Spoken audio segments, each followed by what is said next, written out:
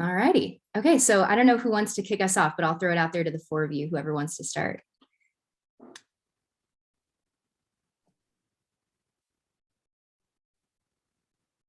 I'll start. I'm a starter. Thanks, Lori. Lori Holleran-Steiker here. I am the Associate Dean of the School of Undergraduate Studies at UT and the Steve Hicks Professor of Addictions and Substance Abuse Services. And I begged to have the word recovery in that name, and it went through without it, so I'm going to add and recovery. I'm actually a person in long-term recovery, and I've been a professor at UT since 2000. And I actually am the mother of a young person who struggled with opioid use disorder and dependence for many years. And then I believe her life was extended and saved by medication-assisted therapy, MAT, and Suboxone was the particular route she went. So I have witnessed that miraculous transformation. And unfortunately, that child had numerous friends that they lost to opioid overdose, particularly fentanyl, over the years. And I also stay in touch with a lot of parents who have lost their kids. So I'm kind of speaking from a position of being a professional that works in the social ecological realm of extending services as much as possible into the community. And fortunately, recently got appointed to the statewide Opioid Abatement Council, which will give me the opportunity to weigh in at least on where those pharmaceutical monies from the that have been obtained by the state of Texas will be disseminated. So I'm really excited about that as well. So, but these three colleagues that I work with, I just have to say they're the best of the best. I have never, ever witnessed folks that know more or care more, and I'll pass it on.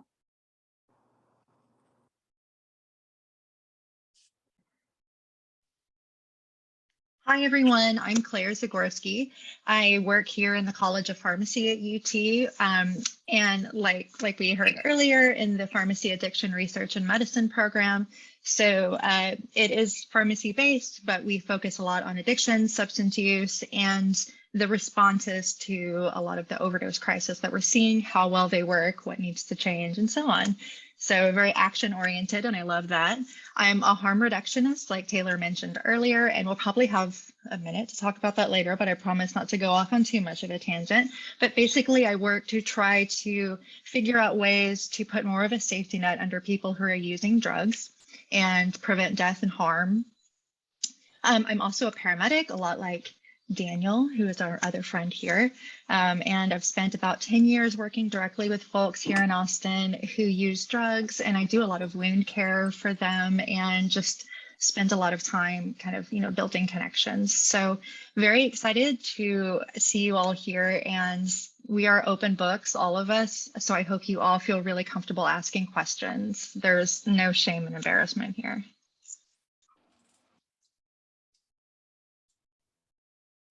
Daniel, you want to go next? Yes, thank you, Casey.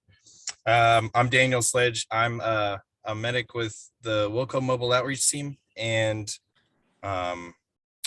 it's a dispatch through the 911 system, and it's a crisis behavioral health calls. And some of our goals are pre-arrest jail diversions and emergency department diversions. We also follow up with folks with SUD and try and help facilitate any positive change. And I used to work with Claire on the harm reduction ban. And I'm also in recovery, and I'm super excited to be on this highly esteemed panel. I want to help get accurate information out there. So thank you. Awesome. And I'm Caseylaiborne. I'm the director for the Addiction Research Institute here at Steve Hicks School of Social Work, and a research scientist by training, also a clinical psychologist. So I've been working in the addiction space, oh man, for 15 years now. I can't believe I'm saying that. And it's just my passion. I absolutely love it. And I have such a privilege to have a job where I get to work with these three panelists on a regular basis. One of the research projects that we're working on right now, we're literally training a robot to think like Daniel Sledge. And so hopefully we'll have something in the future we can replicate his thought process. But the goal of that is to be able to use the way he thinks to actually improve community response for overdose prevention, which is pretty awesome. So it's very sci-fi, but like that's what I love about research and academia. So I'm an academic, but do a lot of work in the community and try to build community academic partnerships. And so if you're interested in learning or getting involved at the Addiction Research Institute, definitely reach out. I would love to chat with you. So, all right, Taylor, I'll turn it to you. All right, thanks so much, y'all. Yeah, so we obviously have so much collective and also just individual expertise and passion and knowledge around these topics. So like Kate said earlier, please feel free to use the chat at any time. You can unmute yourself, even raise a hand, whatever works for you. And we're happy to answer questions throughout this. But I'll just kick us off with getting us started on some of the questions that our student advisory board members brought to us at UT around this. And the first one is something that Daniel kind of mentioned, which is folks getting reliable and accurate information. And so some of the students shared with us that rumors can sometimes circulate, around in smaller communities and at universities, right, related to which drug or substance is the most dangerous or bad at any given time. And so the issue or the fears around that is, what are the myths? And so one example that they gave was discussion around cannabis or weed in Austin being laced with fentanyl. And so I was curious to hear from our four panelists if you can speak to some of the current myths that you hear and see in the community around the presence of fentanyl in various substances, and also how students can get the reliable information that they might need when it comes to safer drug use.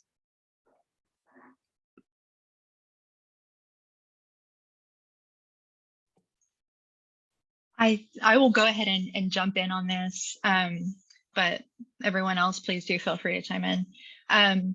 So this is a fantastic question. It's a huge thing that we spend a lot of time talking about and researching and communicating with people about. Sorry. So the fentanyl, just in general, just as a starting point, so we can kind of lay this out, it's an opioid. It feels like heroin, right? Like it's in the same group, same class of drugs, but it's something that we make in a lab. So it's not grown from a plant like heroin is, and it's much stronger than heroin and other medications that maybe some of our students may have taken before, like a hydrocodone after breaking a bone, for example. So because it's a lot more stronger, it's a lot more potent is the term we use, which means it takes a lot less of it to get to a certain effect. If it happens to get into other drugs and people don't know it's there, it can really hit you like a sledgehammer out of the blue. And that's never good, because when we overdose, you cannot give yourself naloxone. It's there and all of a sudden you just react. Sorry, I don't know if that was very eloquent, but in terms of cannabis and fentanyl, this has been a really common thing that's been discussed a lot lately. I especially see it coming up in local news reports. We don't have any actual confirmed reports of fentanyl and cannabis anywhere in the country. There was a big rash of reports coming out of Connecticut in the past couple of months for reasons that are a little hazy. And then all but one were debunked by the news that reported them. And this happened a couple of weeks ago. The one case where it does seem to have been true that there is some fentanyl on cannabis was a really small trace amount. And so it's probably due to cross-contamination. So it maybe if someone was packaging some fentanyl in their kitchen, for example, and then later they came and packaged cannabis on that same table, there could be a small amount of cross-contamination. All of which is to say that the ways in which that we consume cannabis aren't really compatible with fentanyl. Like if you burn cannabis, like if you light a joint on fire and smoke the smoke, right? So if you do that, that destroys fentanyl really quickly. Even if a small amount were able to get into the smoke, it would really be tiny, negligible amounts. In fact, the way that the police destroy fentanyl that they've seized is incinerating it, burning it. So that's not a great way to use it. It has, if we put it into a vape, that's also kind of a problem because the vapes utilize boiling, right? And so the boiling point for fentanyl is a lot higher than it is for the compounds in cannabis. So those vapes don't really get hot enough unless they've had some kind of aftermarket manipulation of them.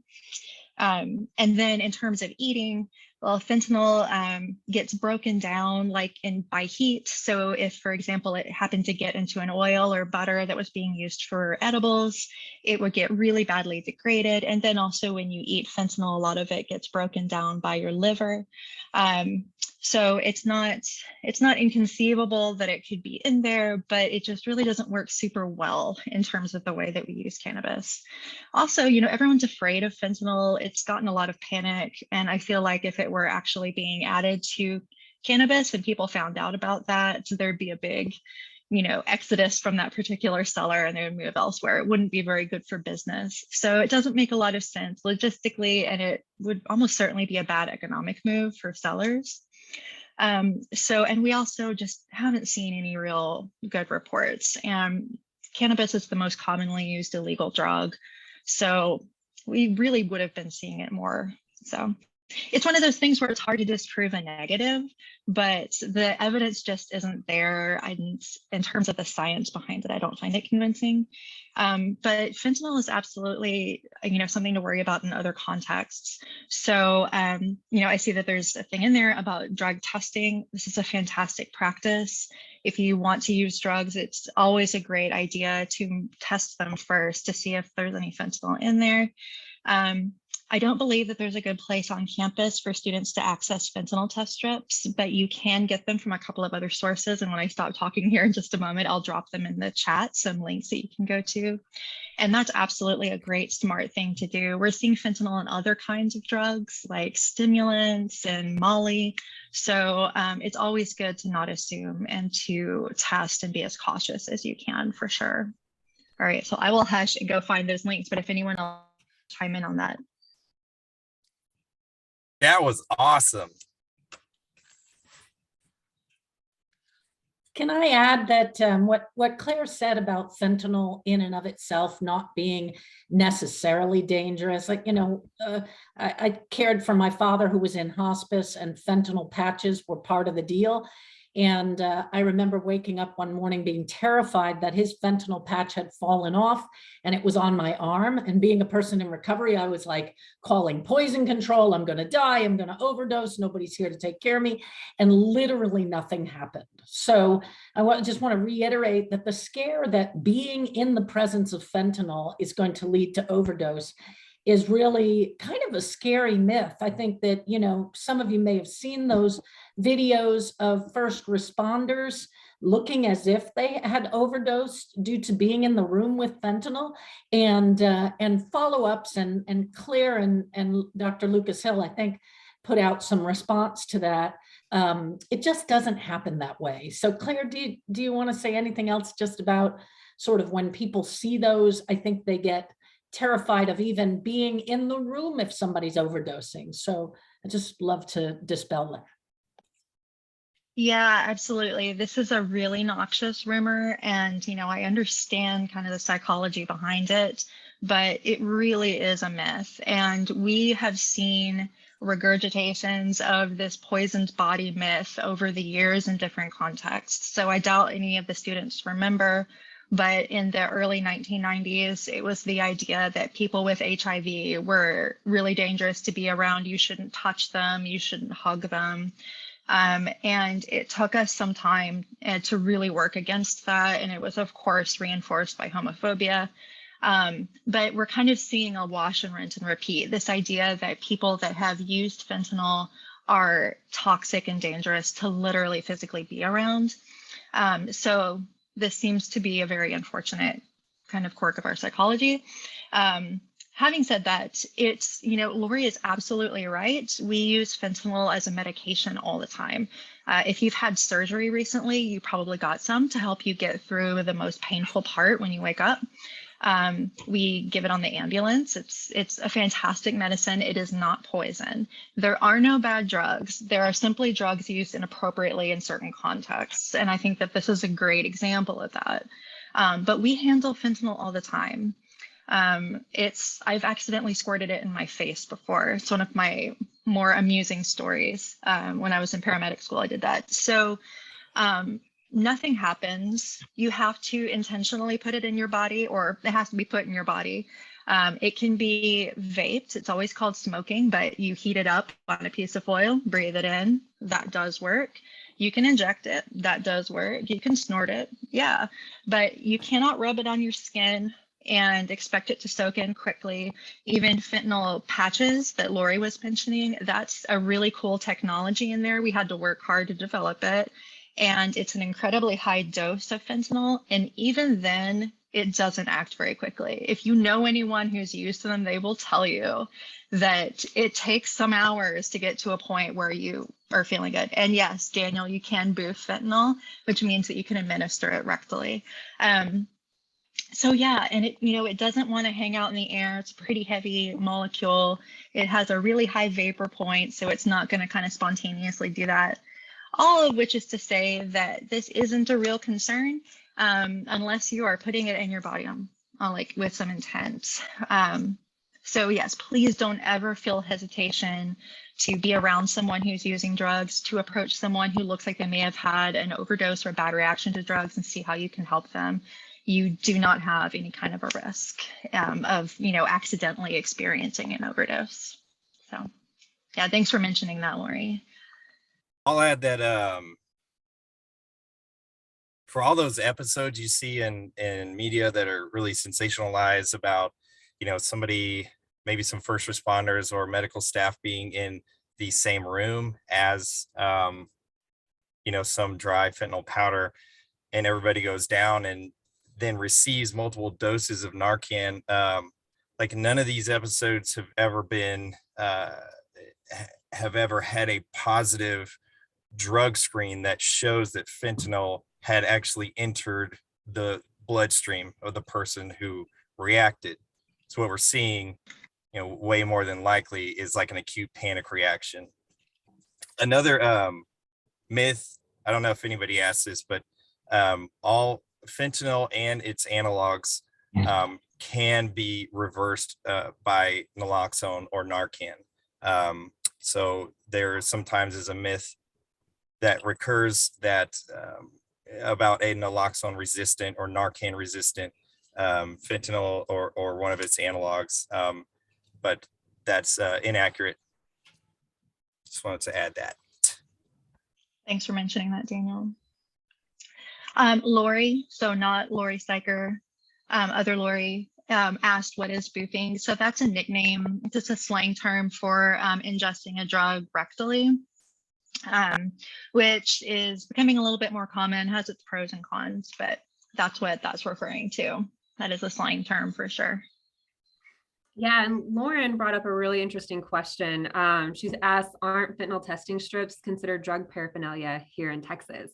And yes, Lauren, you're absolutely right. They are. And that's also one reason why we really need to work on policy advocacy as it pertains to harm reduction here in Texas. There's a lot of work going in there to get that law changed. Claire, Daniel, I'm curious if you guys have any experience with PD and actual law enforcement enforcing the drug paraphernalia law as it relates to fentanyl testing strips. I've not heard of it enforced or anything like that. Yeah, not that I can think of. I distribute them, and I will let people know that, hey, just FYI, these under the law, under the controlled was it Texas Health and Safety Code under paraphernalia. These are considered paraphernalia, just so you are armed with that information. I don't want you to get jammed up or anything. But no, I've not heard of any of that. You know, all of that stuff, it falls under drug checking equipment. You know, that was the health and safety code was written, you know, way before like the topic of the current fentanyl testing strips, you know, and that was used more at a higher level, or like, let's say, you know, maybe like a lab that was, you know, checking or testing purity of a substance, and not so much for like an end user to detect the presence of fentanyl, especially if they're going to take something that, you know, they think doesn't or shouldn't have fentanyl. If that makes sense. Now, that makes perfect sense, Daniel. And I do want to say that when we started training, when the folks at UT that were in the know started training the UT Police Department, they were very clear that, and they told us this, that while the policies on campus are confusing because they're different than the policies in Austin, that their responsibility is to the Austin policies. However, the chief was so determined to have the officers operating under a belief that their choices should be based on safety first. So in situations like that, and this was a couple of years back, so maybe if it's changed, Claire, please let me know, because I know you've been doing more with the police since then. But they were very clear that we're not going to arrest somebody for having something that might protect somebody. They said that if there's guns and drug use and all kinds of dangerous weapons around and activities that are leading to danger, that there's an obligation that they do something. But when it's around safety and taking care of people, that would not be their goal.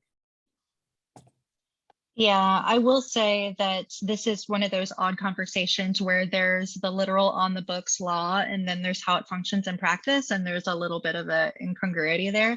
So we're actually fairly lucky in Austin that the kind of echoing what Lori said, the police know about folks that are distributing things like fentanyl test strips and naloxone. They know that what we're doing when we're doing it, the harm reduction group here in Austin actually approached them and kind of tried to say like, hey, can we call kind of a truce on this, because it's good for the community, it's even good for officers, and they went for it. So for the most part in Austin, they're pretty good about not going after folks for fentanyl test strips. But, you know, there's a big asterisk on that it is still an illegal thing to have in Texas. If they wanted to, they could indeed arrest someone or use the presence of a fentanyl test strip to leverage like a vehicle search or a personal search, things like that. And they would be within their legal right to do so. So this is something that really needs a legislative fix at the state level, like Dr. Claiborne was mentioning, and we're working on that. And hopefully this is something that'll actually make it through the next legislative session. So knocking on wood, fingers crossed. If anyone wants to get more involved in advocacy, voices are major. You know, lawmakers vote and they make decisions, they make tough decisions when their constituents are making it clear that it's important. So just another shout out to Shift. And if you want to continue getting involved in that, they're a great place to go. And by history, we had an award-winning chapter of Students for Sensible Drug Policies. And one of the things they offered as a service was testing people's drugs. And so I'm not sure if their current chapter is as active as that chapter was, but that is a student-led group. And if anybody on the screen is interested in that group, I know that Kate Lower has had some outreach with them, and So again, I'm not sure the current state of that, but there's definitely opportunities for students to take action in what they think is important in this realm.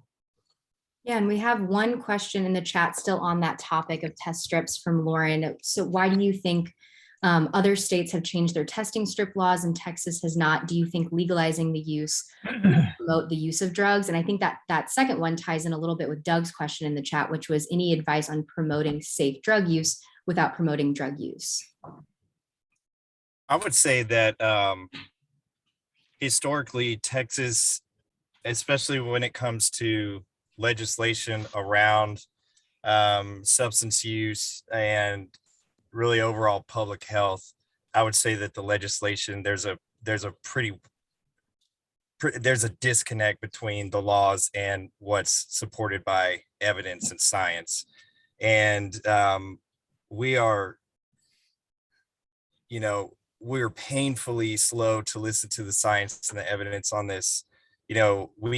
Syringe service programs, we're still one of the last handful of states who don't have legalized syringe service programs, despite them being, recommended by the American Medical Association, Surgeon General, like all these, top governing bodies of medicine and public health.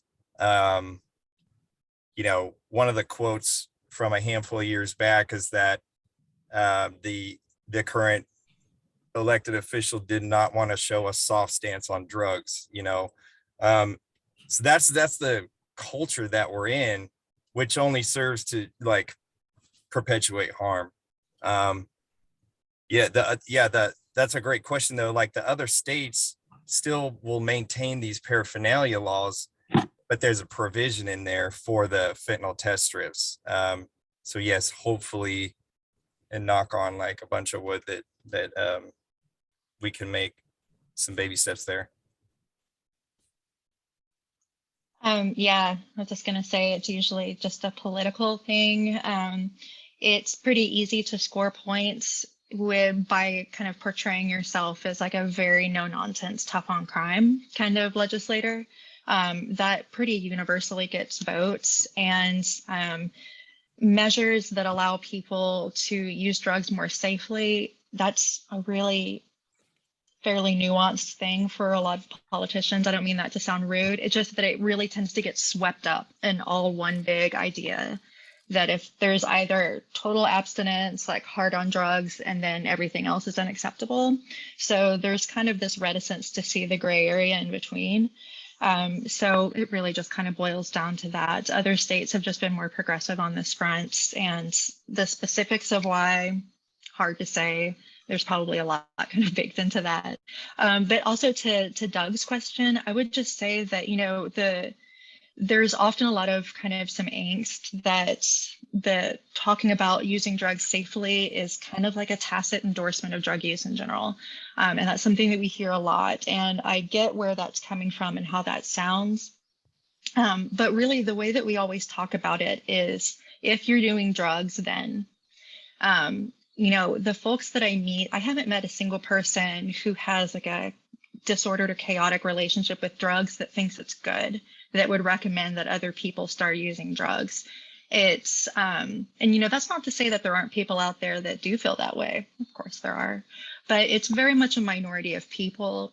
And the folks in this field, they are very, very supportive of people never using drugs. They're supportive of people who use drugs and then decide to completely abstain from them.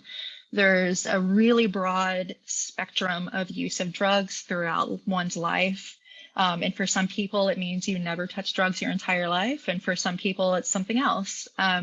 So really, it's just an acknowledgement that there are plenty of us that use substances, and none of us deserve a bad time with it. None of us deserve to die. We don't deserve HIV, hepatitis, things like that.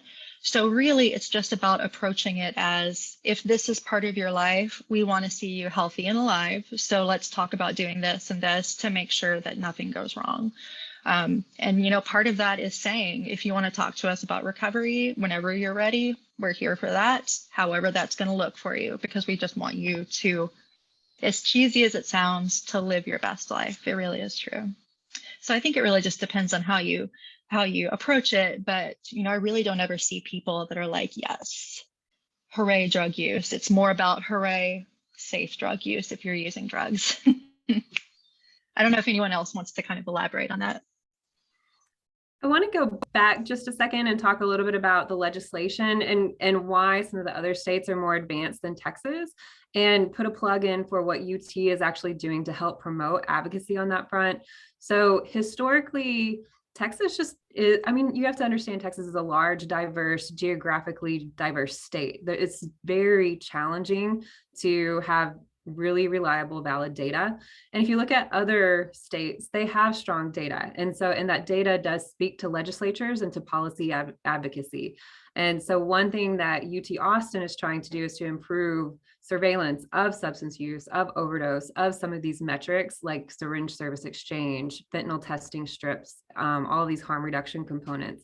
When we have that data, then we'll have more power with legislation. But so that's something that's, if you guys aren't familiar with it, it's called TechScope. I'll put it in the chat. And that is sponsored by the University of Texas at Austin. Thanks, Lori, I Kate. think you had a comment. Yeah, I just wanted to say that, and then this is going backwards a little bit, and perhaps everybody that's on the screen and attending this already knows this piece, but I think that there's still a tremendous misconception that people who use drugs are doing something purely of their own volition and that it's a choice. Often people perceive it as a bad choice, a stupid choice, or a crazy choice, or even an evil choice. And all of those interpretations are unfair in light of the science. We do know that substance use disorder and the criteria that belong with it, that 1 in 10 people that you encounter have, by virtue of their genetics, a disrupted pleasure pathway. I like the concept of disrupted pleasure pathway rather than disease, because I think that conjures up all kinds of other arguments and controversies. But honestly, if what we know to be true about adolescent use is that it is a normative behavior in our society and our culture, if it's normative, then our kids are trying it. If 1 out of 10 of the kids that are trying it will feel a compulsion to use that occurs in the part of their brain with their instincts to survive, then they're going to have to run with it. It's almost like being enslaved by that drive to use, as opposed to making bad choices for some individuals. So I think it's really important, like if we were having this discussion about the pros and cons of EpiPens, I think that it would be a very different discussion, because nobody makes a judgment about the illnesses that require it. It's very similar in relapse patterns to diabetes, hypertension. So it really is about changing the conversation. I think Shift has done a great job of starting that process. And I'm so delighted that everybody's in the room so that we can not just share that information, but help you to formulate your own scripts to help other people alter theirs. Thanks so much for that, Lori. Yeah, that's great. Great to hear. We have a question in there too from Brent. What are the most effective channels for getting information about safety to the people who need to hear it?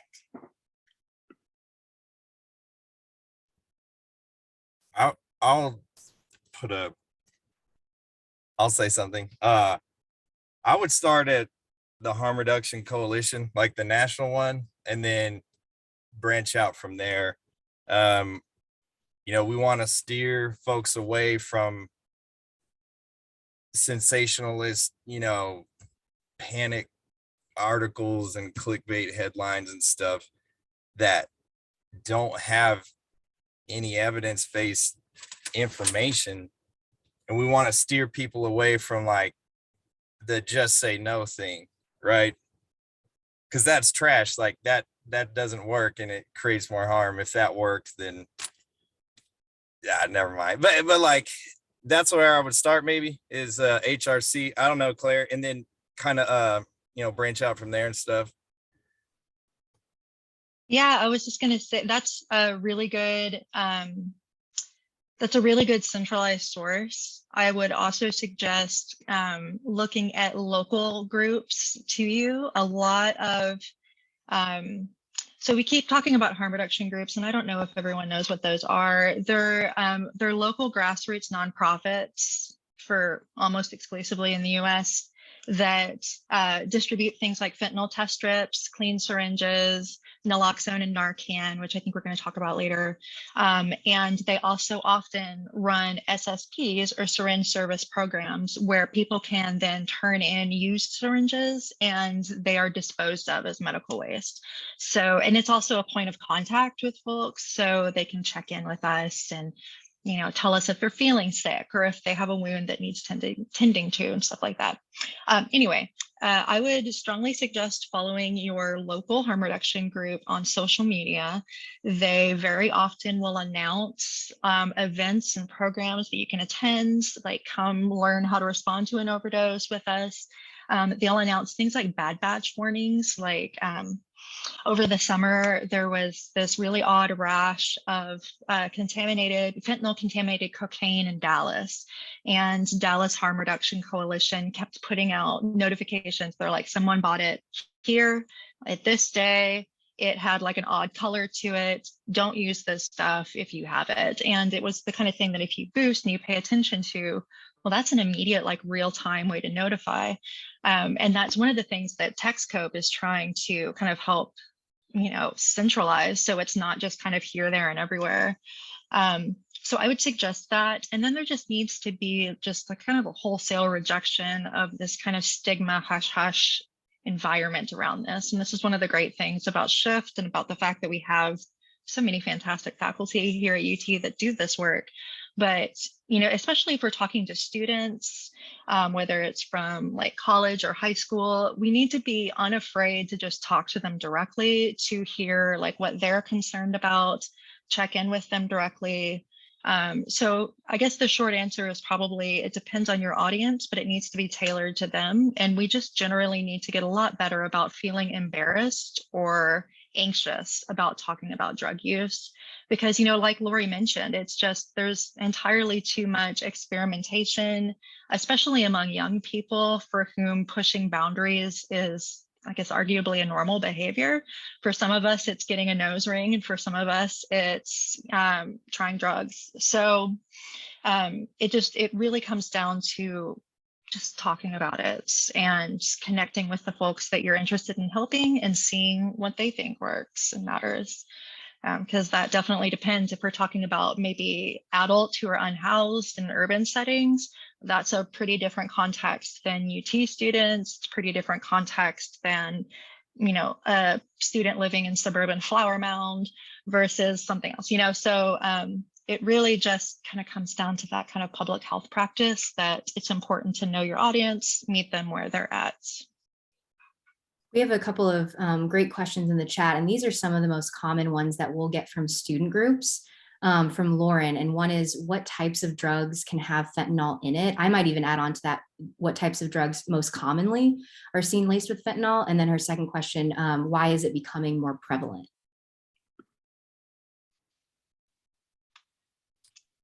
Yeah. No. Go. So really anything, any kind of drug except for, I would say, cannabis and psilocybin and LSD probably can potentially have fentanyl in it. You could put fentanyl in a blotter though, but I haven't heard of that happening. So the most common places we find fentanyl are, of course, in sold opioids. So anything sold as heroin on the street. Here in Texas, we still do have heroin in our market. If you go up to the Northeast, that's no longer the case. But anything sold as heroin almost certainly has fentanyl in it at this point. It tends to show up in cocaine. That's probably cross-contamination, because it doesn't make a lot of sense on the business end to put fentanyl and cocaine because their effects kind of oppose one another. But the jury's still out on the driving cause of that. And we see it in meth, and pressed pills are a big problem as well. This is kind of a more slightly newer beast. So what that means is that there are sellers that are pressing drugs to resemble pills. And sometimes they can be very convincingly made to look like a pill that you got at a pharmacy, like a real deal pill. And so you may purchase something and you're like, hey, it's a Xanax. I know it's a Xanax. It's white and it looks just like the Xanax pictures, and it's not Xanax. And they can do this because there are machines that you can purchase that are called pill presses, and they literally press powder to look like a pill. And you can literally get these on Amazon. I just checked the other day and they had presses for Percocet. They were available on Prime even, and they cost about $60, $70. So it's easy to do this. You can put anything that you want into that pill, really and truly. In fact, the Operation Spiderweb, the drug bust that happened, I think last winter, just off over in West Campus, it was a major DEA operation, and it involved a couple of our alums and I think one current student. But one of the things that they found there were several bags of pills that looked just like Adderall. They were pressed to look like Adderall and they were dyed blue. So it looked like real Adderall that you got from the pharmacy, and it was being sold right off campus. So it was probably being sold as a study aid to students. Like, I don't know that, but seems kind of sus. It was actually meth. It was actually quite pure. And you wouldn't have really known that. So it's a good example that unless you truly know that a pill came from a pharmacy, and I mean no, you should be very suspicious about using it. Definitely test them. Do not use them alone. If you experience an overdose, it's going to hit you way too fast to save yourself. And also realize that sometimes fentanyl can kind of stick in little clusters in pills. It's kind of like a chocolate chip cookie. The fentanyl is like little chips of chocolate. If you happen to scrape off a tiny bit of your pill and test that using a fentanyl test strip, you could potentially miss a chocolate chip. So be extremely suspicious if you want to use these drugs, and realize that pretty much anything can be put in them, including things like fentanyl. And it's hard to be confident that they're safe. So just be incredibly suspicious of that. This is not a great turn of events. Pressed pills make me quite anxious because they're so easy to kind of mislead people. At least if you go purchase tar heroin, it looks exactly like tar heroin. So I just want to add to what Claire said, that I was contacted by a father of a student who passed away from taking one pressed pill for her anxiety. And in hearing the details of the story, there was evidently a roommate that heard her snoring loudly and figured she was sleeping. And I kind of want to use this as a plug for a PSA that the loud snoring that you hear, if somebody's been using opioids, may be indicative that they are not able to breathe, and that is the horrifying death gurgle that we hear prior to losing somebody to an overdose. If you are in that situation, it is so much better to be wrong. Call 911 if you know that person has been using any substances, because anything that slows your heart and your breathing down like that can lead to that noise, and you don't want to get that one wrong. So I think that that's really important. You may comfort yourself by saying, oh, they're fast asleep, they'll sleep it off. But if there's any suspicion of they're using it all, please make that call to 911. Yeah, I want to echo that. Like, if you get a little bit of information from this panel, that's one of the things I want you to get. Like, you don't want to be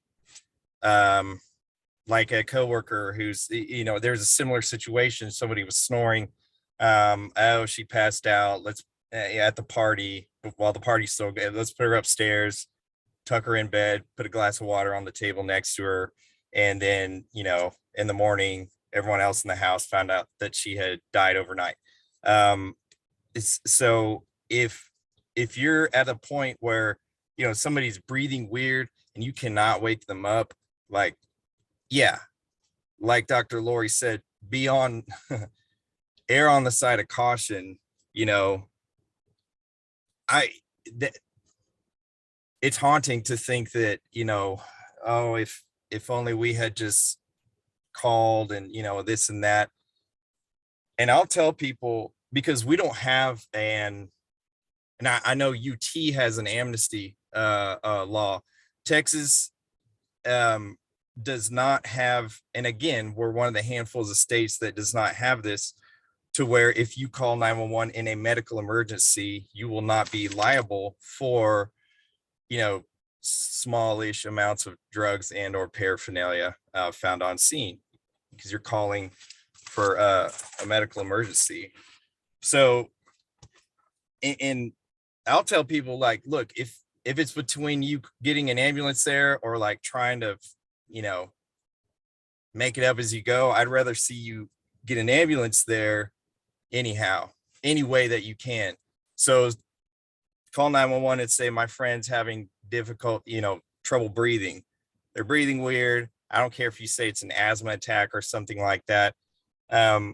Because yes, if you say somebody here is overdosing, law enforcement will get dispatched. The cops are going to come. It's just like automatic, systematic. That's how it is. But if you get somebody, you know, and you say, there's a medical emergency that, you know, sounds boring to the cops, like, I don't want to go to asthma attack, that's dumb, you know. So like, just get the ambulance there, and then, you know, be upfront. You can give the medics the rest of the information. And if you're at a party and you're like, oh crap, you know, this person's breathing weird, we can't make them up, step outside, you know, get into a quieter environment, because if you ramble on about something and there's chaos in the background, then the call taker may automatically dispatch the cops too. So just want to add that on there. The other thing, oh, I know what I was going to say. The number one thing that has fentanyl in it that we see is like Claire was talking about, the blue oxycodone 30 milligram tablets. One side has an M with a square around it. The other side has a score mark with a 30 under that. And that's easy. That's like, if you do not personally get this from a pharmacy, I guarantee you that they're pressed. What sucks is that it's anybody's guess as to how much fentanyl, which analog, and if there are other substances like some of these research chemical benzos, you know, in there as well. The number two thing I would say that has the fentanyl are the 2 milligram Xanax bars, you know, of various color matched, you know, kind of things. Some of them look super convincing, you know, so that, and then, yeah, that's what I was going to say. That is awesome. Thank you. Thank you so much, Daniel. That's really helpful too to know. And I know that someone, I think, just put in on the amnesty conversation. Oh, Casey, yeah. The information, the UT specific information about the amnesty policy. So yeah, if you're curious about that, if you aren't familiar, I would definitely encourage you to read that. It's basically 4 steps. So calling 911, staying with the person who you're calling for, helping in whatever way you can. And that includes cooperating with any like emergency personnel. And so if you're able to follow those 4 steps, the conduct office at UT will not draft a formal disciplinary record against someone, not the person experiencing the medical emergency, and also the person who called for help. So that's just really good to know about at UT. And I think we had a couple other questions here, but I think one of them got kind of answered, is where are the fentanyl pressed pills being produced, and how much does it take to lead to an overdose? So pressed pills can be made anywhere. That's one of the handy things about them on the economic sense. So they're probably both being made domestically. Like the Operation Spiderweb bust, that those pills are being made here in Austin. But they also are almost certainly being made by drug manufacturers in other countries and being imported into the United States. So that's one of the things that's been a very consistent trend as we've moved further away from things like heroin and are now seeing this real dominance and ascendance of synthetic opioids like fentanyl is that because they're a lot more potent and they're made in a lab instead of grown like a crop, that you can make a lot more cheaply, more easily, and with more safety because it's easier to hide from like the authorities. And it's also less expensive to transport because it weighs less. It's harder to get caught because it's a much smaller shipment. So there's a lot of positive economic pressure on sellers to continue in this direction. And we're seeing more kind of proliferation of the market, more kind of new shifts in supply and manufacturing context as well. So we're seeing both of those happen. The question about how much it takes to overdose on fentanyl, unfortunately, isn't super straightforward. It kind of depends on you. It depends on how you metabolize fentanyl. It depends on whether or not you use opioids routinely, like whether from the illegal market or because you prescribed them. And it depends on a couple of other things like your size. But it really doesn't take a lot. I will say that. I don't know, Daniel, do you have a more like kind of solid number in your mind? But in my experience, it's been kind of a grab bag. No, I do not. What I'd say is like on the ambulance suite or in the ER or the OR, whatever, wherever you're getting fentanyl administered as a medication, it's measured in micrograms. And so, like morphine, for example, is milligrams. And so if you were the nursing students, I'd be like, how many micrograms are in a milligram? All this kind of stuff. But like, I think that, okay, if we all sat around and had, we're in the ER and we had IVs and we just got 500 micrograms, so half of a milligram of fentanyl, we would all probably stop breathing. And so it's not very much mass, and because it's so potency and there's not, it's high risk, when you're using these pressed pills, it's high risk. And so the difference between a dose and an overdose might be like, 3 grains of salt versus 5 grains of salt. I don't know, but that's just to illustrate, like, because it's super potent and it's not being measured with precision equipment, it's high risk, Let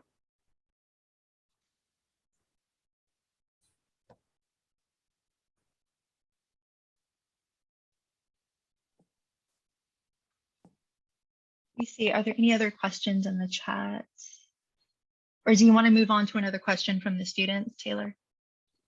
No, I think a lot of the questions in the chat are just really echo from our student advisory board. So that's great. And I think we've kind of touched on this in different ways, but going back to the sort of conversation around recognizing an opioid overdose, some other questions that we'll get are, what are the differences between someone experiencing alcohol poisoning and someone who's experiencing an opioid overdose? And also maybe some more practical steps too on the actual process of administering Narcan and what that looks like, if y'all can speak to that. I'll start on the alcohol, and then Claire, you just pick up the pieces when I'm done. But like, I would say for like an alcohol overdose, like massive dose, not somebody who's just, just super loaded, but like, it's going to look very, very similar. The reason is because, all of these, like the alcohol, your opioids, your benzos, they all follow under this umbrella of central nervous system depressants. So they depress, or they turn down kind of the volume and the speed of your brain, and you're like all the functions, the ones you think about, the ones that take place without you having to think about them. And so, yeah, with alcohol poisoning, you're going to see unresponsiveness. You will see slow breathing or erratic breathing. And at that point, like, it's still, this person needs airway support. They need to be monitored. It still gets I would still get medics there. You know, some people might say you can look at the pupils, and if the pupils are pinned, as in like super tiny, then, you know, that's more indicative of an opioid overdose, whereas alcohol wouldn't have that as much. And that's one thing. It's not a super reliable sign though. And the other thing too is that, like, you know, a lot of overdoses that involve alcohol are polysubstance overdoses. So people will drink and, you know, take pills or whatever. And so, you know, you'll have that kind of combined or additive effect of different depressants that are going to slow down our breathing and everything like that. Alcohol will not respond to Narcan, right? Right. Opioids will. Right. So if somebody is experiencing a polysubstance overdose, like, you know, there's let's say alcohol and fentanyl from a tablet on board, then if you give Narcan, that will take just the opioid piece out, which is good. I mean, still give it, because that might be enough to then basically boost that person's intrinsic respiratory drive so that they can, you know, breathe better on their own. Yeah. That was quite the ramble. No, Claire, you nailed it.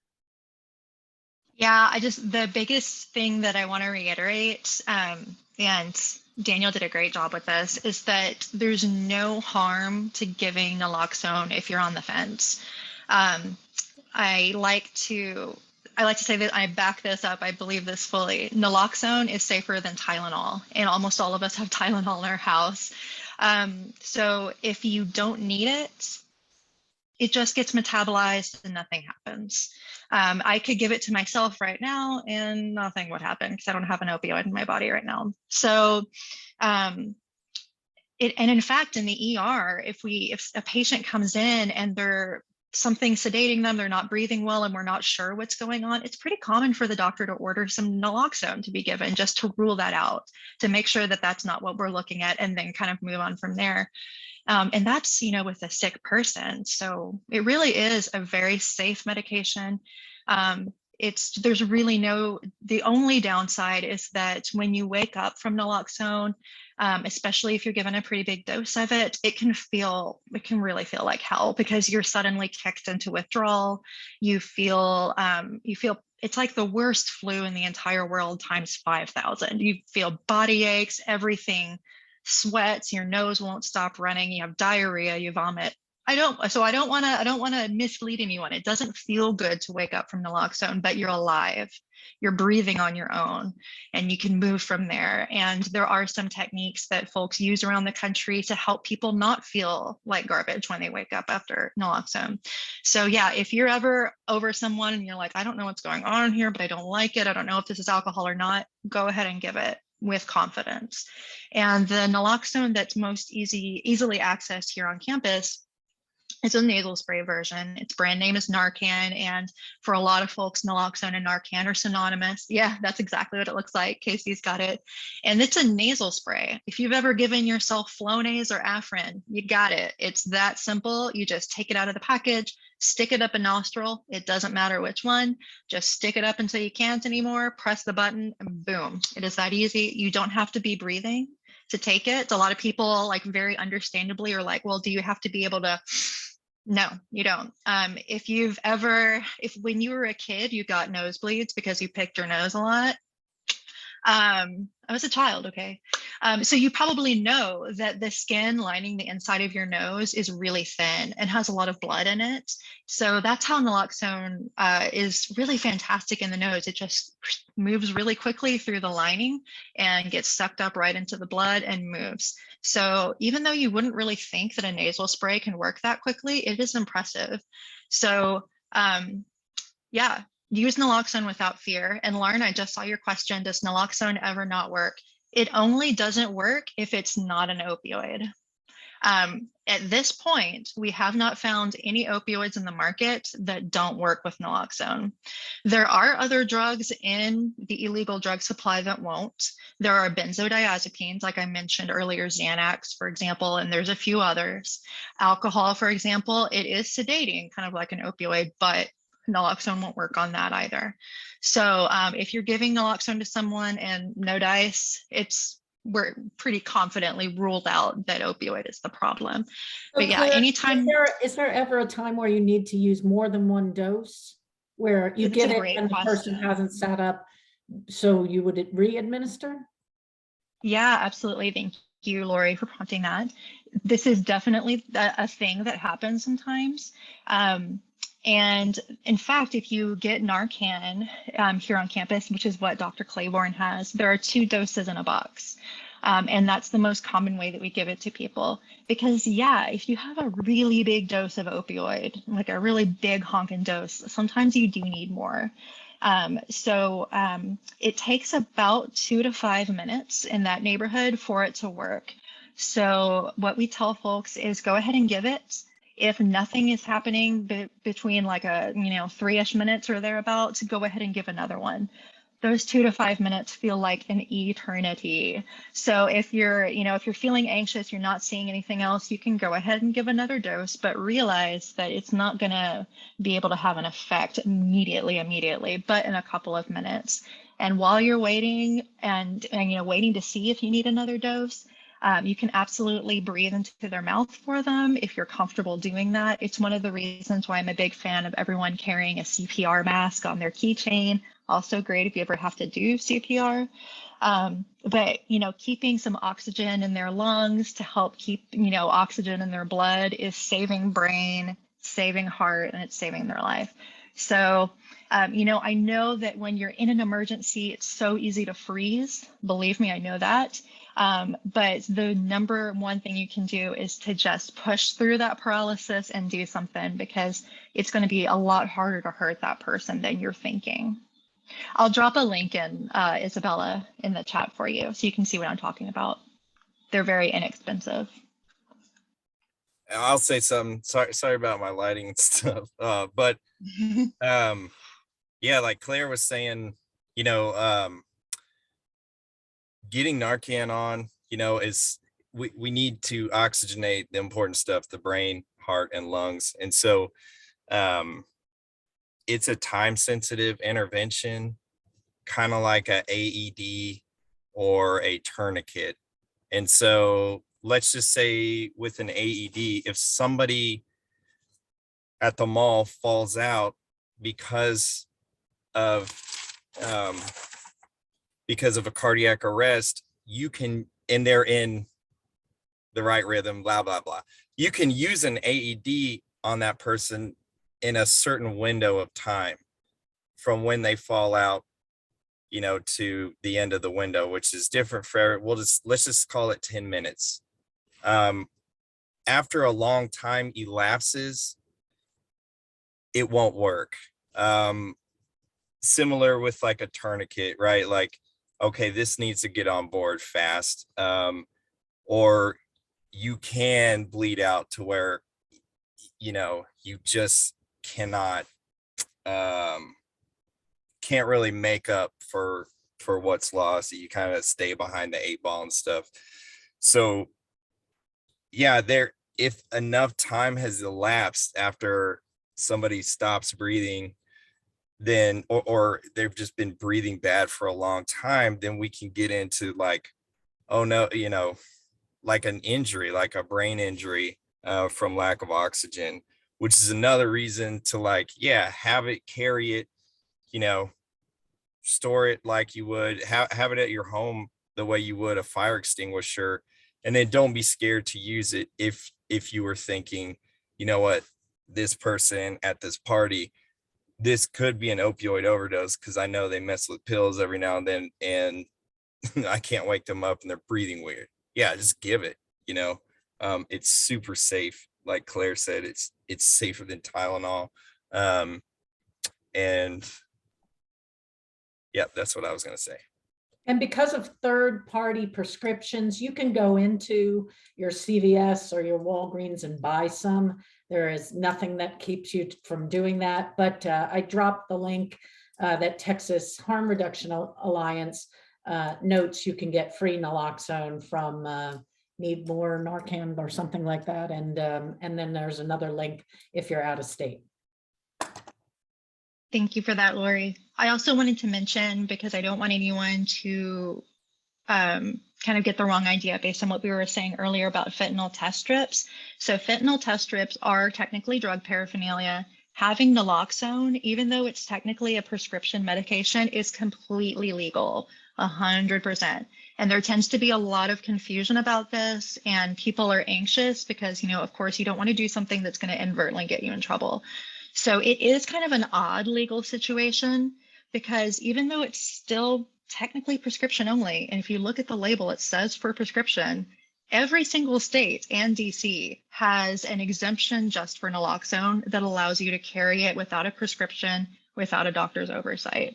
That is how incredibly safe naloxone is, that every single state is on board with the idea that it's a good public health measure to have it out there without the burden of having to get a doctor to thumbs up on every single one. So do not worry about that. It covers you from both criminal and civil liability, our naloxone law here in Texas.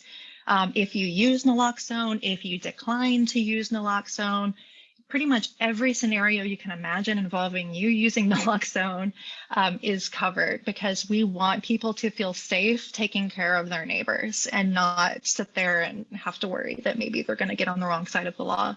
So to be super duper clear, zero legal risk on naloxone.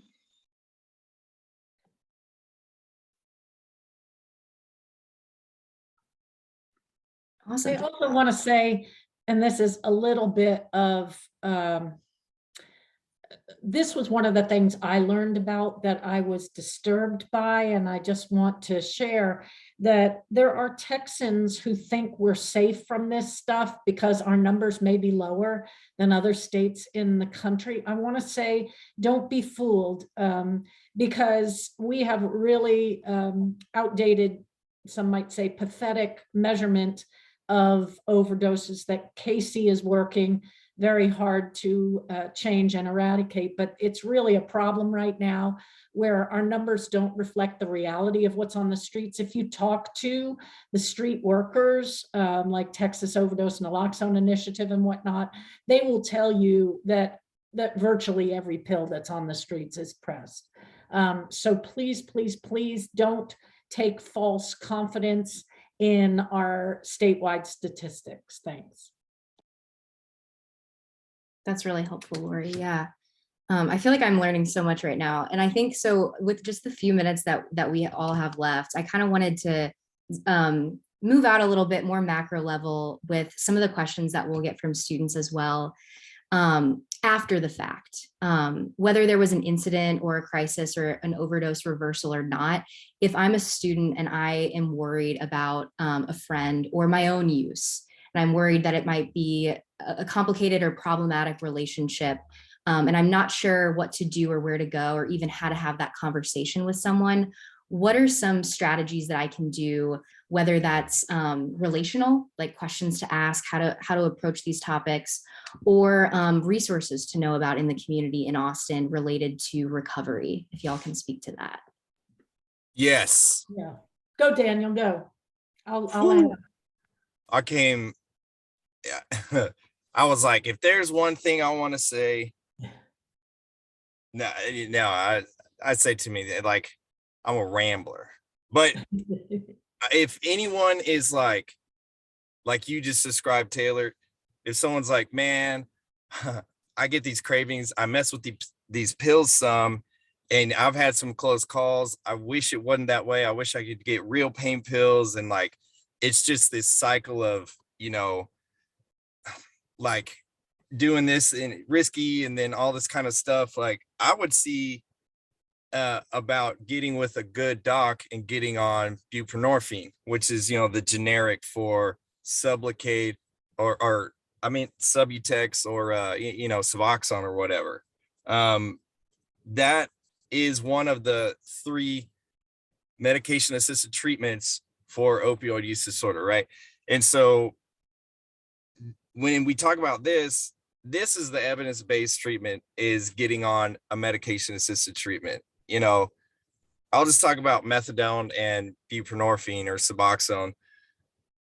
Getting on these meds reduces your overdose risk by 70%, 70, and it reduces all-cause mortality by 50%.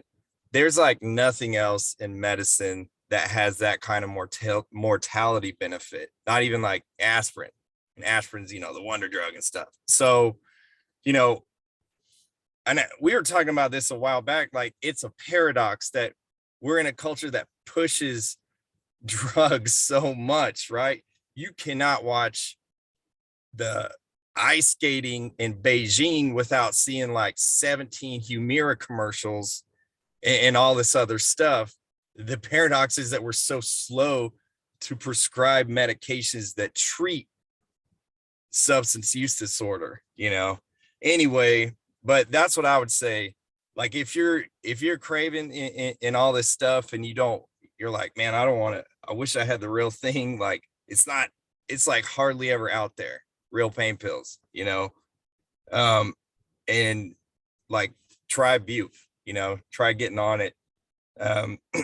It works to manage craving and withdrawal, and it's evidence-based. I just want to plug that in there.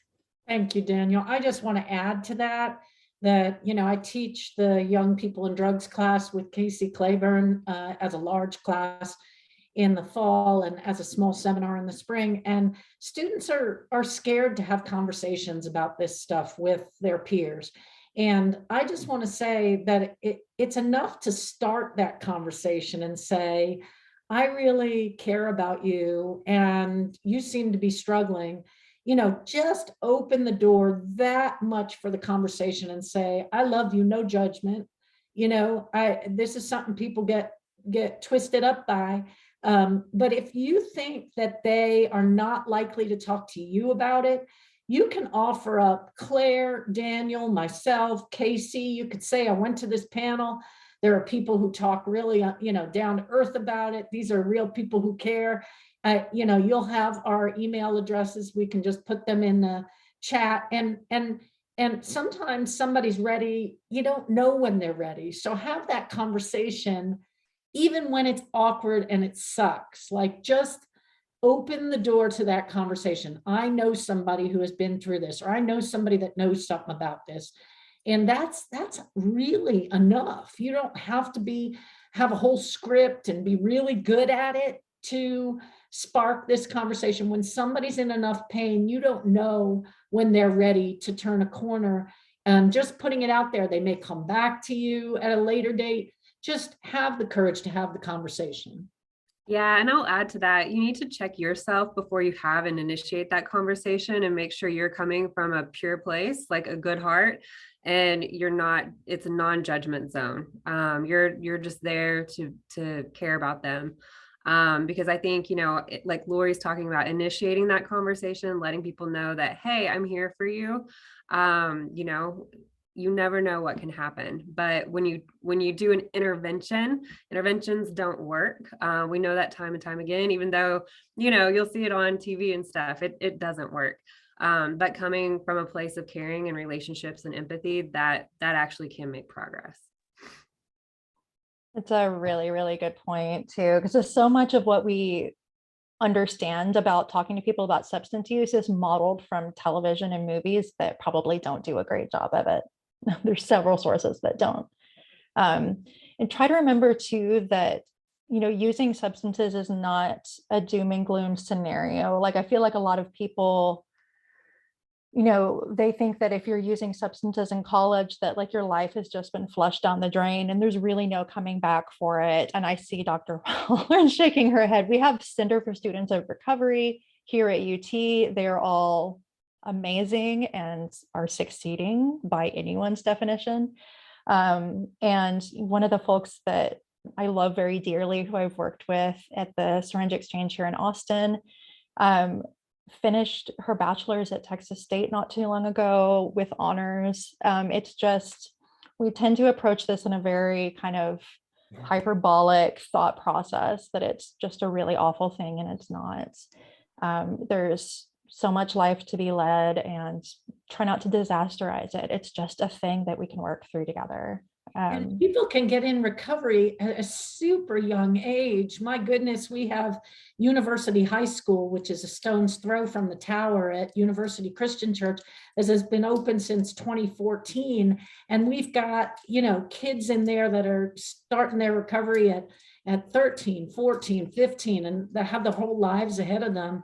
And it's really an incredible thing to watch. It's so inspiring, because sometimes the desperation comes on pretty quickly. It can with drugs and alcohols. Maybe it's the one positive thing about the drugs being so potent and so life shattering sometimes is that there may be earlier windows of opportunity. So if you have younger siblings or cousins or whatnot, and you see them getting into a mess, you wouldn't want to necessarily assume that this is a phase they'll go through or something like that. Have that conversation with them too.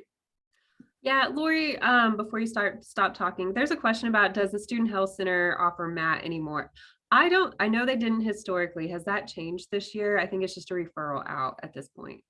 I think that's a good question. I don't think that there's a reason not to go to CMHC if they have MAT or don't have MAT. I know that the medical director there endorses it. And so if you need a resource or a referral, they will definitely make it. So, but that's a good question. I don't know if that's one of their, in their arsenal here on campus, or if they connect you up.